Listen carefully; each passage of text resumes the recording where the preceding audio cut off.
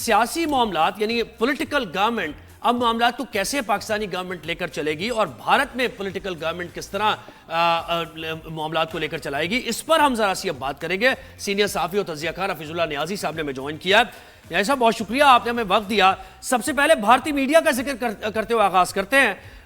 بھارتی میڈیا نے تو ٹھیک ہے، آپ بھی یہ جانتے ہیں، آپ اس شعبے سے وابستہ ہیں، بڑا عرصہ ہو گیا آپ کو کہ خبر کو ٹوسٹ بھی کیا جاتا ہے، بنایا بھی جاتا ہے، نیریٹو بلڈنگ بھی ہوتی ہے، لیکن انہوں نے تو ساری حدیں کراس کر کے اپنی گڈ ول ہی ختم کر دی۔ بہت بہت شکریہ جی۔ دیکھیں، ہم سنتے آتے ہیں کہ ایک اردو کا محاورہ ہے کہ جھوٹ کے پاؤں نہیں ہوتے، وہ لاسٹ نہیں کرتا۔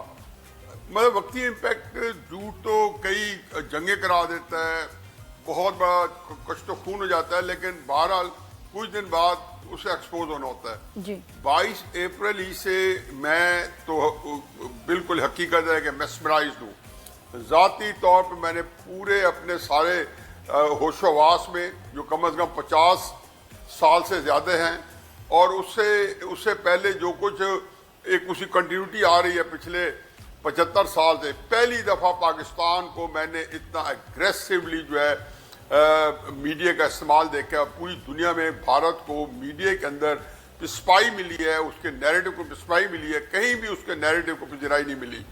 میرا خیال ہے کہ بھارت اس سارے الجھن میں جو سب سے پہلا سیٹ بیک ملا اس کو 22 اپریل کے بعد، جس کا وہ پچھلے کم از کم 3.5 دہائیوں سے اس کا بلینک چیک تھا کہ ادھر وہ پاکستان پہ الزام لگاتا تھا، ادھر سے ویسٹرن میڈیا خصوصی طور پہ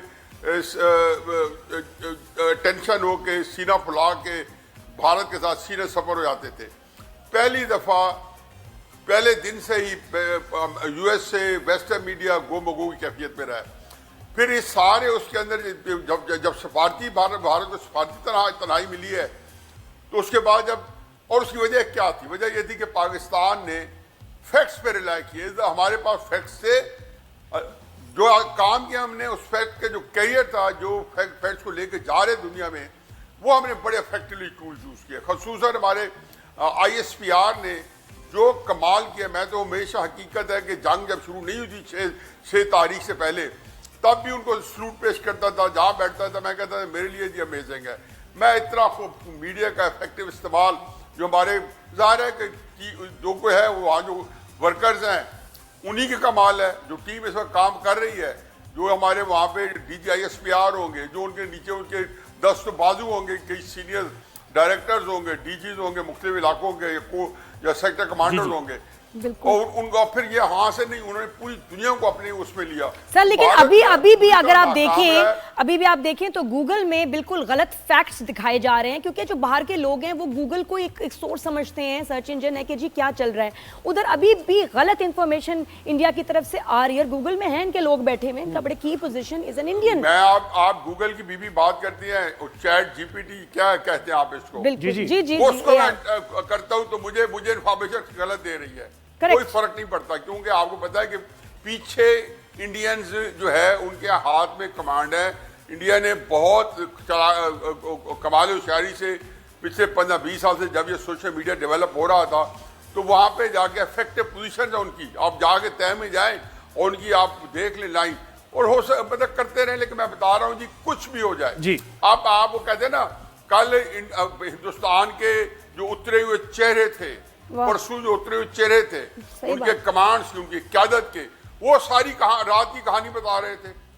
ہمیں کیا بتانے کی ضرورت ہے؟ بالکل، یعنی وہ اسٹیج وہ آگئی کہ عوام جب آپ کی اعتبار کرنا چھوڑ دے آپ کے میڈیا پر، حکومت پر، تو پھر آپ کہیں کے نہیں رہتے۔ اچھا نیازی صاحب، اس سے آگے بڑھتے ہیں تھوڑا سا، مجھے بتائیں کہ یہ اب سیاسی حکومت کے لیے ایک موقع ہے مسئلہ کشمیر سے متعلق۔ پہلے بھی آپ کو یاد ہوگا سابق وزیر اعظم کے دور میں جب ان کی ایک نشست ہوئی تھی ڈونلڈ ٹرمپ سے، انہوں نے یہ آفر کی تھی، لیکن اب تو انہوں نے سیز فائر کو یعنی میڈیٹ کرانے کے بعد یہ کہا ہے کہ مسئلہ کشمیر حل ہونا چاہیے، تو یہ ان کی ذمہ داری بن جاتی ہے اور ہمارے لیے ایک موقع ہے پاکستانی حکومت کے لیے۔ دیکھیں جی، جو پرانا تھا نا وہ تو بڑی ڈوبیس تھی، میں تو اس کا بڑا کرٹیک ہوں۔ عمران خان صاحب اور باجوہ صاحب اور ایک ہماری بڑی جو بہت بڑی ٹیم گئی تھی جولائی 2019 میں وائٹ ہاؤس میں بیٹھے تھے۔ بنیادی طور پر وہ سارا ڈرامہ جو وائٹ ہاؤس کی انویٹیشن تھی، وہ اسٹیٹ ڈپارٹمنٹ کی انویٹیشن نہیں تھی وہ ڈیلیگیشن میں۔ باجوہ صاحب کی ایکسٹینشن جو تھی میرے نزدیک وہ اس کے لیے سارا ڈرامہ رچایا گیا. ان بٹوین جب وہ عمران خان صاحب نے کہا کہ آپ مسئلہ کشمیر حل کرا دیں, تو آپ یہ دیکھیں یہ 28 جولائی کو میٹنگ ہوئی اور مسئلہ کشمیر یہ حل ہوا کہ 6 دن کے بعد 5 اگست 2019 کو انڈیا نے آرٹیکل 370 اور 35 یہ ریووک کر دیا. تو یہ وہ تو میرا آپ زخم تازہ کر دیں گے, وہ تو پاکستان کا رول اتنا گندا تھا اس میں. لیکن میں آپ کو بتا دوں, لیکن اب جو آیا ہے تو دیکھیں یہ جو ریگن نے اپنا پریزیڈنٹ ڈونلڈ ٹرمپ نے کہا ہے کہ جی میں مسئلہ کشمیر جو ہے وہ جو کیونکہ اس سے پہلے ایک بڑے جب جنگ بندی کرائی, جنگ بندی سے پہلے بھی انہوں نے کہا جی ان کے سارے ہم چاہتے ہیں, ایک سٹیٹمنٹ ہے مجھے یہ نہیں پتا کہ مارکو روبیو کا تھا یا پریزیڈنٹ ٹرمپ کا تھا, انہوں نے کہا جی ہم چاہتے ہیں جب جنگ میرے 7 یا 8 تاریخ کو آیا ہم چاہتے ہیں کہ کنٹینشن ایشوز کو کمپریہنسولی اب ان کو ایڈریس کرایا جائے. اس کے اندر یہ چیزیں امبیڈڈ تھی.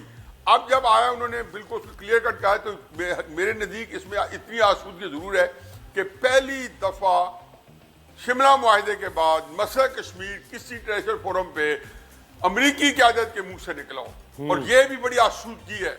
یہ کچھ چھوٹا کام نہیں ہے, اور بھارت کے اس کے اوپر ریئیکشن نہ دینا اس کا مطلب ہے کہ بھارت اتنا بروزڈ ہے اور اتنا سبڈیوڈ ہے اور اتنا نیچے آیا ہوا ہے شکست کے بعد کہ اسے اس میں ریئیکٹ نہیں وغیرہ. بھارت جس کو کہنا بلبلا اٹھتا تھا اور کہتے تھے کہ کوئی بندہ دخل نہیں دے گا. شملہ معاہدہ جو ہے اس کے اوپر ہم چونکہ وہ یہ تھا کہ دونوں ملک کے علاوہ تیسرا ملک اس میں دخل نہیں دے گا, جیسے تیسے اور جن حالات میں وہ تمہارے ایک طرف رکھیں. تو یہ ڈونلڈ ٹرمپ کا یہ کہنا جو ہے یہ بہت بڑی پیش رفت ہے.